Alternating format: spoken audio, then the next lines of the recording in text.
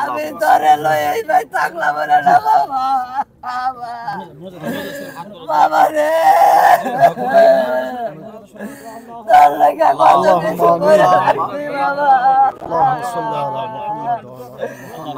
اللهم اغفر لحينا وميتنا وشاهدنا وغائبنا وصغيرنا وكبيرنا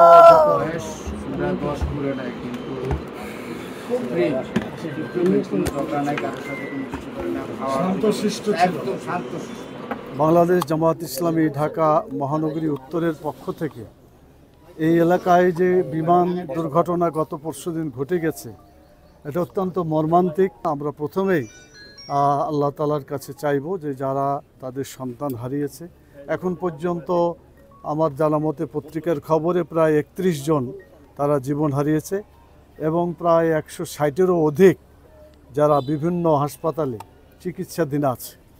তো আমরা প্রথমেই দোয়া করি আল্লাহ তাআলার কাছে, যারা শহীদ হয়েছে আল্লাহ তাদের শাহাদাতকে কবুল করুন এবং তাদের পিতামাতা আত্মীয় স্বজনকে ধৈর্য ধারণ করার তৌফিক দান করুন।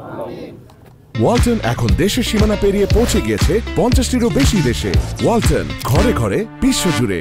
আল্লাহ তাআলা মানুষের হায়াত মতকে নির্ধারণ করে রেখেছেন, কে কখন কোথায় ইন্তেকাল করবে এটা ফয়সালা করে রেখেছেন। এটা আপনার আমার বলার বা চিন্তা করার কোনো সুযোগ নাই। আমাদের উচিত হবে যার ভাগ্যে যেটা আল্লাহ তাআলা রেখেছেন সেই ভাগ্যকে বরণ করে নিয়ে কিভাবে সেই সমস্ত আহত বা নিহত পরিবারগুলোকে আমরা সান্ত্বনা দিতে পারি এবং তাদের পাশে দাঁড়াতে পারি, এটা আমাদের দায়িত্ব। তারই একটা কর্মসূচি হিসাবে বাংলাদেশ জামাত ইসলামের পক্ষ থেকে আমাদের সম্মানিত আমিরে জামাত ডক্টর শফিকুর রহমান সাহেব বার্ন ইউনিটে গিয়েছিলেন, আরও বিভিন্ন জায়গায় গিয়েছিলেন তাদের দেখতে, এবং তিনি ইতিমধ্যে ঘোষণা করেছেন যে তাদের চিকিৎসার জন্য 50 লক্ষ টাকা জামাতের পক্ষ থেকে তিনি বরাদ্দ করেছেন এবং এই পরিবারগুলোর খোঁজ খবর নিয়ে কারা কী অবস্থায় আছে, কার কোন ধরনের চিকিৎসা দরকার সে ব্যাপারে তথ্যটা নিয়েই ইতিমধ্যে কাজ শুরু হয়ে গেছে। যেমন এখানে আমরা তালিকা তৈরি করছি এবং আজকে আমি এসে ডাইরেক্ট ময়দানে খোঁজ খবর নেওয়ার চেষ্টা করছি। এমনিভাবে আরও অনেক জায়গায় যারা আছেন দায়িত্বশীল ভাইরা তার এসে খোঁজ খবর নেবেন। ক্লাস 3-তে আর বয়স কত হবে?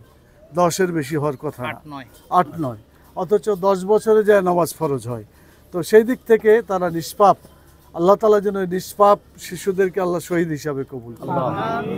আমি মনে করি যে এখানে করণীয় যেটা, প্রথমটাই হচ্ছে তদন্ত কমিটি হওয়া। সরকারের পক্ষ থেকে এই তদন্ত কমিটি হয়ে যথাযথভাবে এটার কারণ খুঁজে দেখা এবং কোনো যদি কেউ দায়ী থাকে তার ব্যাপারে আইনগত ব্যবস্থা নেওয়া, যাতে ভবিষ্যতে এই ধরনের বড় দুর্ঘটনা আর না ঘটে।